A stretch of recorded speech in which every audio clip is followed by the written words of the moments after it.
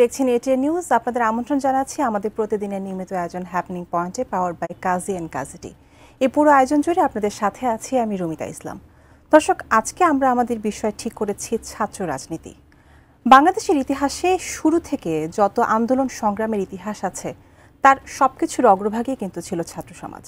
তারা কখনো গণতন্ত্রের রক্ষক, আবার কখনো তারা অন্যায়ের বিরুদ্ধে বলিষ্ঠ কণ্ঠ। কিন্তু সময়ের সঙ্গে সঙ্গে নৈতিকতা এবং আদর্শের যে জায়গা ছাত্র রাজনীতির, টেন্ডারবাজি, চাঁদাবাজি, মাদক ব্যবসা, রাজনৈতিক দাপট, এই সব কিছুর সাথে সাথে সবকিছু ছাত্র রাজনীতির যে গৌরবময় ইতিহাস তা কিছুটা তো মলিন হয়েই গেছে। এখন প্রশ্ন থেকে যায় যে ক্ষমতার প্রতিযোগিতা ছাত্র রাজনীতিতে শুরু হয়েছে, সেই কেমন ছাত্র রাজনীতি আমরা আসলে এখন দেখতে পাচ্ছি এবং কেমন ছাত্র রাজনীতি আমরা আসলে চাই। এই সব কিছু নিয়ে আমরা আসলে কথা বলবো যে এখনকার যে ছাত্র রাজনীতি সেটা কি অধিকার নাকি আধিপত্যের লড়াই। এ ব্যাপারে কথা বলতে আমাদের সাথে আজকে স্টুডিওতে উপস্থিত আছেন আবুল মনসুর খান দীপক, সাবেক সহ সভাপতি, বাংলাদেশ জাতীয়তাবাদী ছাত্রদল কেন্দ্রীয় সংসদ। আপনাকে স্বাগত আমাদের স্টুডিওতে। যেটা নিয়ে কথা বলছিলাম যে আপনি তো সাবেক সহ সভাপতি বাংলাদেশ জাতীয়তাবাদী ছাত্রদলের। তো স্বাধীনতা পরবর্তী বাংলাদেশের ছাত্রনীতির যে গৌরবময় ইতিহাস আমরা আগে থেকে দেখে এসেছি, বর্তমান সময় যদি আমরা তাকাই তাহলে এটা এরকম নষ্ট কেন হয়ে গেল?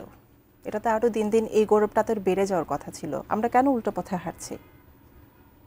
ধন্যবাদ আপনাকে। আপনারা জানেন বাংলাদেশের যতগুলো অর্জন আছে সেখানে ছাত্র রাজনীতির ভূমিকা আছে। 52-র ভাষা আন্দোলন থেকে শুরু করে 69-এর গণ অভ্যুত্থান, 90-এর স্বৈরাচার বিরোধী আন্দোলন থেকে শুরু করে সর্বোপরি জুলাই আগস্টের আন্দোলনে ছাত্ররা এদেশের জন্য রক্ত দিয়েছে, গণতন্ত্রের জন্য সংগ্রাম করেছে। ছাত্ররা যে কোনো অন্যায়কে না বলতে জানে। ছাত্ররা বাংলাদেশের যে কোনো প্রয়োজনে রাজপথে জীবন বাজি রেখে আন্দোলন সংগ্রাম করেছে। এই ছাত্র রাজনীতি কিছুটা আপনি যেটা বললেন কুলুষিত হয়েছে, সেটার অন্যতম কারণ হচ্ছে ছাত্রদেরকে ব্যবহার করে বিভিন্ন সময় সরকার তার পেশিশক্তি হিসাবে ব্যবহার করে তার ক্ষমতাকে টিকে রাখার জন্য চেষ্টা করেছে, যার জ্বলন্ত প্রমাণ দীর্ঘ 17 বছর ফ্যাসিস্ট খুনি হাসিনা সরকার কিভাবে আপনারা দেখেছেন বিশ্ববিদ্যালয়গুলোকে, হলগুলোকে দখল করে কিভাবে ছাত্রদের ন্যায্য অধিকার আন্দোলনে হেলমেট বাহিনী তৈরি করে ছাত্রদেরকেই সেই আন্দোলনকে বাধাগ্রস্ত করে ছাত্রদের উপর হামলা করেছে। মূলত ক্ষমতাকে পাকাপুক্ত করার জন্য ছাত্র রাজনীতিকে ফ্যাসিস্ট হাসিনা সরকার ব্যবহার করেছে। তবুও দেশের প্রয়োজনে যখনই দেশের কোনো ক্লান্তি লগ্ন হয়েছে, সেই 52-র ভাষা আন্দোলন থেকে 69-এর গণ অভ্যুত্থান, 71-এর মুক্তিযুদ্ধ, 90-এর স্বৈরাচার বিরোধী আন্দোলন এবং সর্বোপরি জুলাই আগস্টে চেপে বসা একটি স্বৈর শাসক জগদ্দল পাথরের মতো এই দেশের উপর চেপে বসেছিল, সেটাকেও এই ছাত্ররাই এবং অপরাপর রাজনৈতিক দলের নেতৃত্বে ছাত্ররা রাজপথে আন্দোলন সংগ্রাম করে। হাসিনার রাজনীতির সময়ে হেলমেট বাহিনী তৈরি হয়েছে আপনি যেটি বললেন, কিন্তু তার আগে যারা ক্ষমতা ছিল সে সময় কি এরকম কোনো ধরনের বাহিনী তৈরি হয়েছিল? আপনারা জানেন যে ছাত্র রাজনীতিগুলো বিভিন্ন অপরাপর সংগঠন, যে মুক্ত চর্চার কেন্দ্র, অন্যান্য সময়ে যে হয় নাই আমি সেটা বলবো না, বা আমাদের দলের সময় বা অন্য সময়। কিন্তু আপনাকে লক্ষ্য করতে হবে যে আমাদের দল বা বাংলাদেশ জাতীয়তাবাদী দল, বেগম খালেদা জিয়া এবং বিএনপির ভারপ্রাপ্ত চেয়ারম্যান তারেক রহমান স্পষ্টই বলেছেন, 31 দফার মধ্যেও স্পষ্ট উল্লেখ আছে ছাত্রদের জন্য চাহিদা অনুযায়ী বিজ্ঞানভিত্তিক শিক্ষা ব্যবস্থাকে উন্নতি করে সত্যিকারের শিক্ষিত ছাত্র সমাজকে, সত্যিকারের ছাত্র রাজনীতিদেরকে দেশের প্রয়োজনে ব্যবহার করার জন্য আমাদের দল সবসময় প্রস্তুত। তারেক রহমানের স্পষ্ট কথা, যারাই ছাত্র রাজনীতি করে বা বাংলাদেশ জাতীয়তাবাদী ছাত্রদল করে পথভ্রষ্ট হবে বা কোনো ছাত্র রাজনীতির সাথে সংশ্লিষ্ট না, কোনো অন্যায় কাজে লিপ্ত হয়, সঙ্গে সঙ্গেই দল সাংগঠনিক ব্যবস্থা গ্রহণ করে। আমাদের দল, আমাদের নেতা তারেক রহমান কখনোই কোনো অপরাজনীতি এবং ছাত্র রাজনীতি কখনোই অন্য পথে ভিন্ন পথে ধাবিত হোক, জাতীয়তাবাদী ছাত্রদলকে ব্যবহার করে। ছাত্র রাজনীতি নিয়ে আমরা কথা বলবো। এই কিছুদিন আগে ডাকসু ইলেকশন হয়ে গেল, এরপরে জাকসুকালে, এবং সব বিশ্ববিদ্যালয়ে কিন্তু ছাত্র সংসদ নির্বাচন হচ্ছে, কুকসু নির্বাচন সামনে আছে। তা আপনার কি মনে হচ্ছে যে যেখানে আমরা দেখতে পাচ্ছি যে অন্য একটি সংগঠনের ছাত্ররা যেখানে মোটামুটি বিজয় পেয়ে যাচ্ছে সব জায়গায়, সেখানে ছাত্রদলের প্রার্থীরা একটু পিছিয়ে কেন যাচ্ছে? কি মনে হচ্ছে আপনার কাছে, আপনার বিশ্লেষণে? বাংলাদেশ জাতীয়তাবাদী ছাত্রদল দক্ষিণ এশিয়ার সর্ববৃহৎ ব্যাংঘাট হিসেবে পরিচিত, কিন্তু বিগত 17টি বছর বাংলাদেশ জাতীয়তাবাদী ছাত্রদলকে স্বৈরচারী শেখ হাসিনার সরকার এবং বা তার অঙ্গ সংগঠন বা তার ছাত্র সংগঠনরা জাতীয়তাবাদী ছাত্রদলের কোনো কার্যক্রম করতে দেয় নাই। তারা হলে উঠতে পারে নাই, তারা তাদের শিক্ষাঙ্গনে তারা প্রবেশ করতে পারে নাই, কারিকুলামগুলো করতে পারে নাই, তারা ক্লাসে অংশগ্রহণ করতে পারে নাই। তারপরেও জাতীয়তাবাদী ছাত্রদল গণতন্ত্রের প্রতি সম্মান রেখে এই নির্বাচনে অংশগ্রহণ করেছে। তবে এই নির্বাচনকেও কিন্তু বিতর্কের বাইরে রাখে নাই। ছাত্র রাজনীতি ছাত্রদের হাতে থাকবে, ছাত্ররা প্রশাসনিকভাবে অবকাঠামোগুলো সাংগঠনিক, ছাত্ররা তাদের শিক্ষকের কাছে ন্যায্যতা আশা করবে। কিন্তু এই নির্বাচনে আমরা দেখেছি যে ছাত্ররা ডাকসু এবং জাকসু বা সব নির্বাচনগুলোতেই, আপনি বলছেন এই নির্বাচনগুলো বিতর্কের মধ্যে আছে, এই ডাকসু এবং জাকসু বন্য নির্বাচনে আপনারা দেখেছেন ইতিমধ্যে, আপনাদের টিভিতেই আপনারা নিউজ করেছেন যে যে প্রার্থী ছিল তারা তাদের প্রশাসনের প্রতি অভিযোগ এনেছে, যেটা ছাত্র রাজনীতির জন্য কিন্তু কলঙ্ক। ছাত্র রাজনীতিকে ভালো করতে হলে অবশ্যই প্রশাসনকে সঠিক এবং বিজ্ঞান ভিত্তিক ক্যাম্পাস নির্মাণের মাধ্যমে তাদেরকে মুক্ত চর্চার সুযোগ থাকতে হবে। তারা যেন সঠিক মূল্যায়নিত হয়, অর্থাৎ ছাত্ররাই ঠিক করবে ছাত্রদের প্রতিনিধিকে।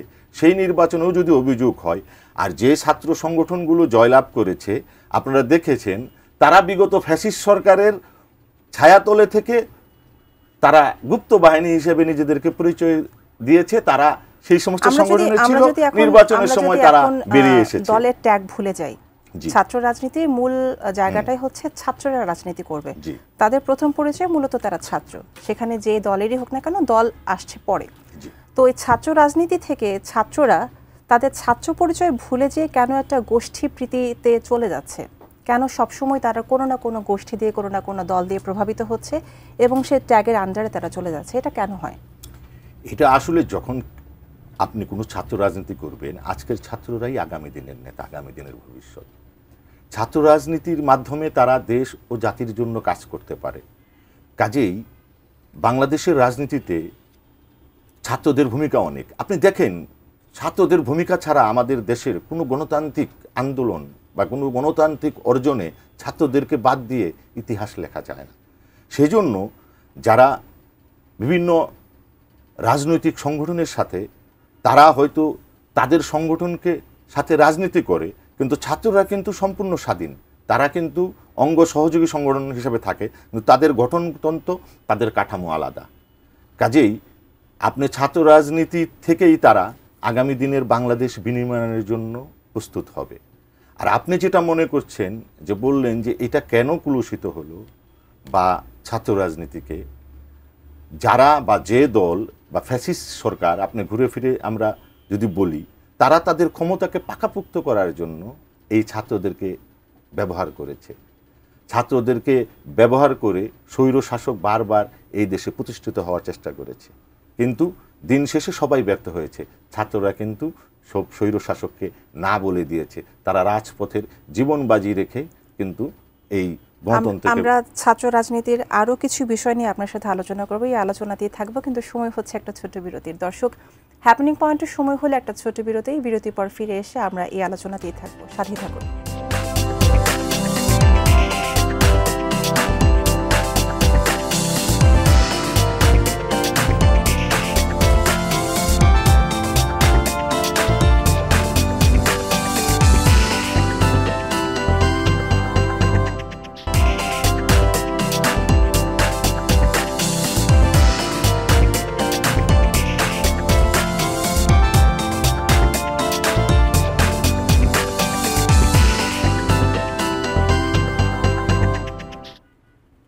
দর্শক, বিরতির পর আবার আমন্ত্রণ হ্যাপেনিং পয়েন্টে, পাওয়ার্ড বাই কাজী এন্ড গাজেটি। কথা বলছিলাম ছাত্র রাজনীতির নানা দিক নিয়ে।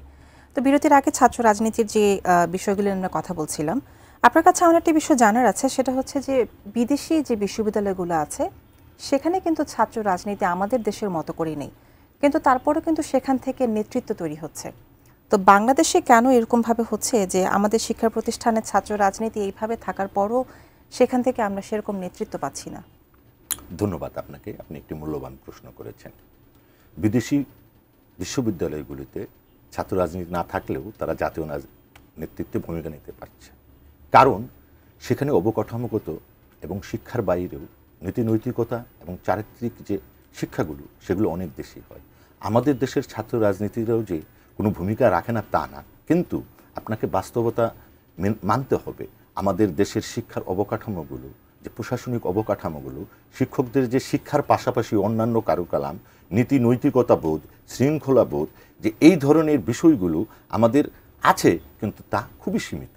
আমাদের এই শিক্ষাগুলো আমাদের মুক্ত চর্চার কেন্দ্র হিসাবে শিক্ষাগুলো অবকাঠামোগুলো যদি ছাত্রদেরকে অধিকার আদায়ের জন্য সেখানে নৈতিকতা, শৃঙ্খলা, নীতি নৈতিকতা বোধ এবং মনুষ্যত্বর যে বিষয়গুলো সেগুলো যদি সাবজেক্টিভ ওয়াইজ আরও বাড়ানো যায়, বা সেই সমস্ত গতানুগতিক শিক্ষা ব্যবস্থার বাহিরেও যদি এই সমস্ত শিক্ষাগুলো, যেটা পাশাপাশি খেলাধুলা সংস্কৃত আছেই, কিন্তু সেগুলোকে আরও বিশাল প্রয়োগ করে মানুষকে মনুষ্যত্ববোধ তৈরি করা, মানুষ মানুষের জন্য ছাত্ররাই যে আপনি বলতে চাচ্ছেন বিশ্ববিদ্যালয়গুলোকে ছাত্রদের জন্য আরো মানবিকতা শেখাতে হবে এবং তাদের চরিত্র গঠনে আরো ভূমিকা রাখতে হবে, এবং তারা তাদের একদম স্বাধীনভাবে শুধু পড়াশোনার গণ্ডির মধ্যেই নয়, মুক্ত চর্চার মাধ্যমে তারা শুধু তাদের নিজেদের নীতি নৈতিকতা বোধ এবং ভ্রাতৃত্ববোধ এবং অন্য ভিন্ন মতকে মেনে নেওয়ার মন মানসিকতা, অর্থাৎ আমাদের যে নিজেদের মানুষ যে নীতি নৈতিকতা, ছাত্ররা যে নৈতিকতা শিখতে জানে বা তাদের কাছ থেকেই যখন নৈতিকতা তৈরি হবে, তখন সেটা জাতীয় রাজনীতিতে যখন তারা প্রবেশ করবে, তখন জাতীয় রাজনীতি আরও অনেক সমৃদ্ধ হবে। আপনি দেখেন, যারাই ছাত্র রাজনীতি থেকে বাংলাদেশের, আমি আর নাম বললাম না, ছাত্র রাজনীতি থেকে যারা জাতীয় রাজনীতিতে এসেছে, তারা কিন্তু অন্যদের চেয়ে অনেক ছাত্র রাজনীতি থেকে জাতীয় রাজনীতিতে আসার যে পথ, এই পথে কিন্তু অনেকে অনেক ভুল করে বসে, এবং তখন হচ্ছে যেটা হয় যে প্যারেন্ট অর্গানাইজেশন আছে সেখান থেকে তাদেরকে বহিষ্কার হওয়া বা কোনো এরকম কোনো সিদ্ধান্ত দেওয়া হয়। কিন্তু এই সিদ্ধান্তটুকু কি যথেষ্ট? আমার একজন সদস্য ভুল করলো এবং তাকে আমি বহিষ্কার আদেশ দিলাম, এটা কি যথেষ্ট নাকি আরো কঠোর হওয়া উচিত? অবশ্যই কেউ যদি নীতি নৈতিকার বাইরে যে ছাত্র রাজনীতিকে পেশি শক্তি ব্যবহার করে বা নিজের প্রয়োজনে ব্যবহার করতে চায়, তাহলে দল প্রথমে তাকে বহিষ্কার করে। শুধু বহিষ্কার করা নয়, তাকে আইনের পাশাপাশি আইনের শাস্তিটাও নিশ্চিত করতে হবে। সেটা তখন করতে পারে যখন দল, তার সরকার ক্ষমতায় থাকে।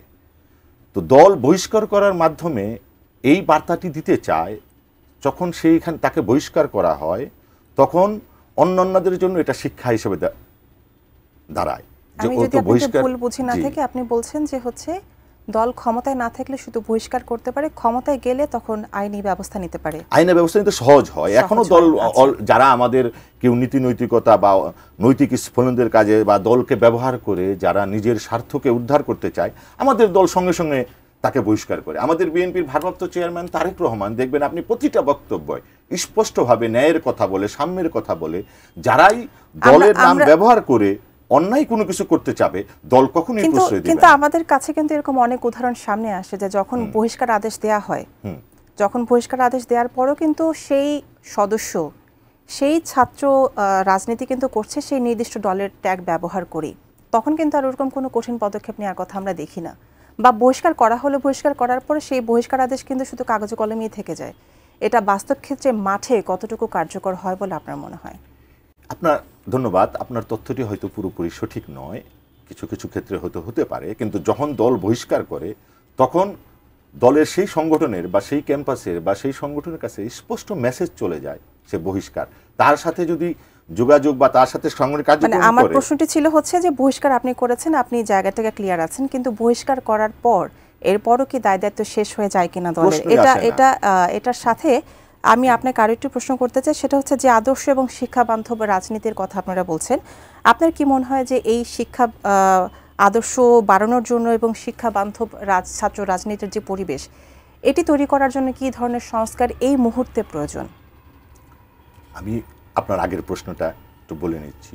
দল বহিষ্কার করেই ক্ষান্ত থাকে না।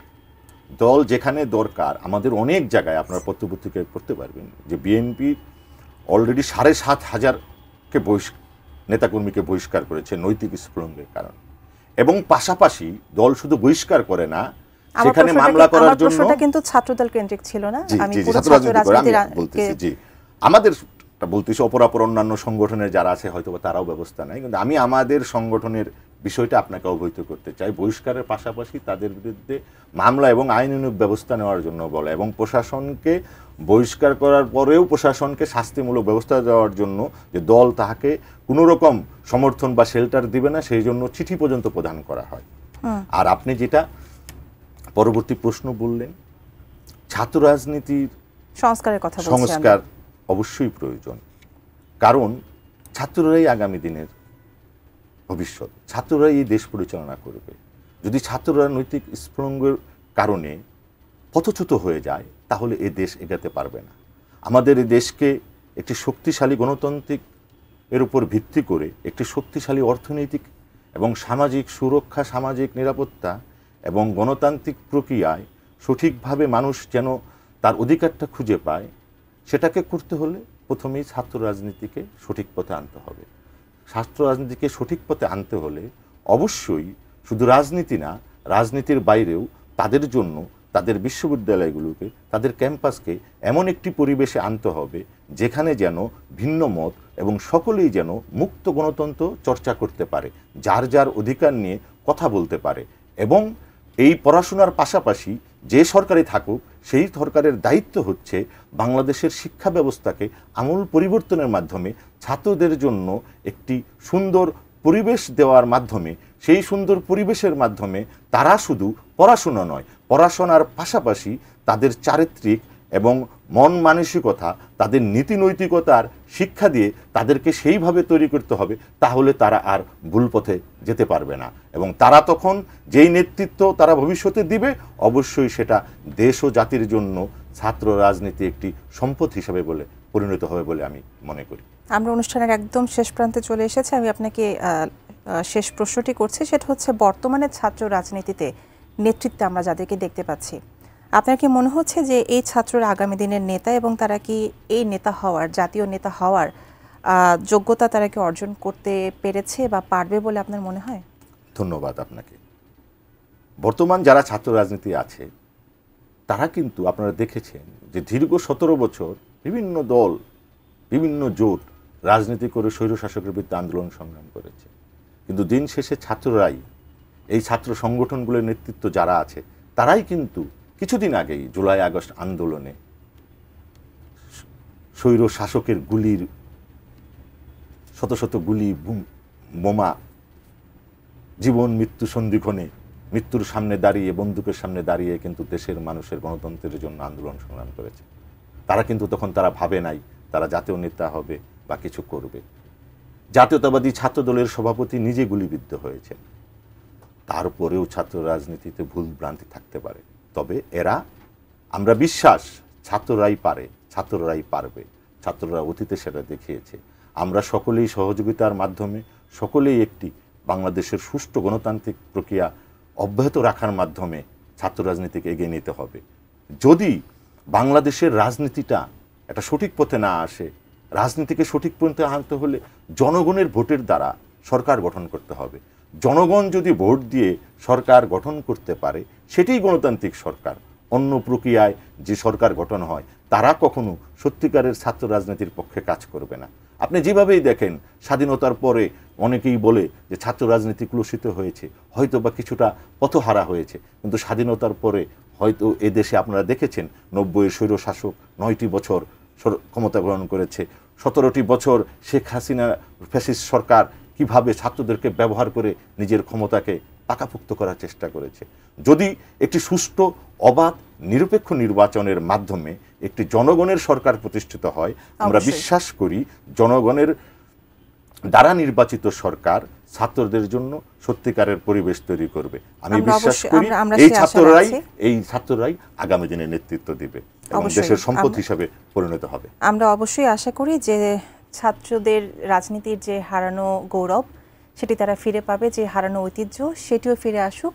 বাংলাদেশের ছাত্র রাজনীতি মানুষের অধিকার আদায় এবং গণতন্ত্র রক্ষার যে আন্দোলন, সে আন্দোলনে অব্যাহত থাকুক তাদের যাত্রা। সেই কামনাতেই আজকে আমরা আমাদের অনুষ্ঠান শেষ করছি। আপনাকে ধন্যবাদ আমাদের সাথে যুক্ত হওয়ার জন্য। সবাইকে ধন্যবাদ।